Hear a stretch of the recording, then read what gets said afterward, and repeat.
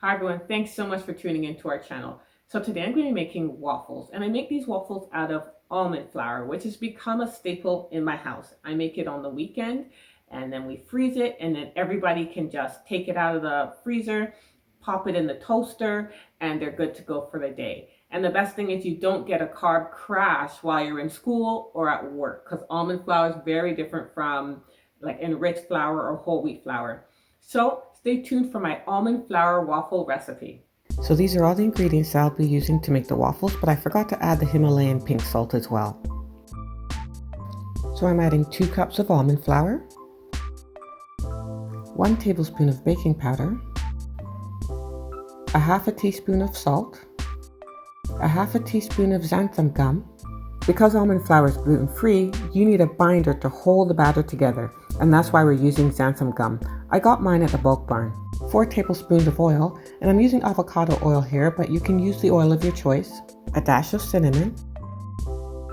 I try to add flaxseed in as many recipes as I can because it's a great source of healthy fat, antioxidants, and fiber, as well as omega-3s.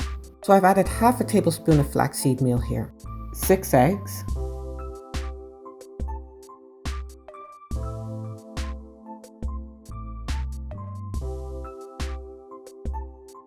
And 1 cup of cashew milk.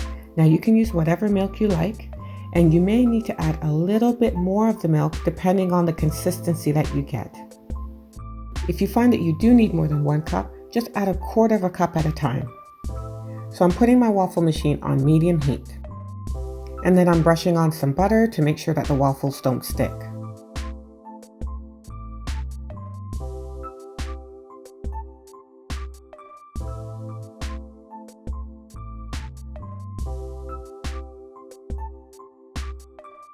I have each waffle in for 5 minutes, but depending on your waffle machine, you might need to increase or decrease the time.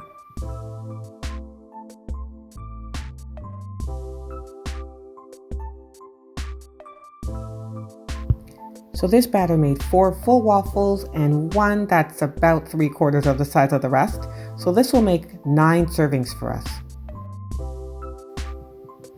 Once the waffles are cooled, I put them in a freezer bag and pop them in the freezer.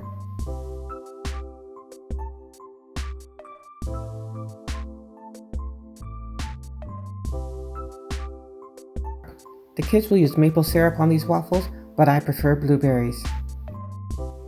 So there you have it, a nice gluten-free alternative to conventional waffles. If you do try this recipe, please let me know how it turned out in a comment below. Until next time, take care.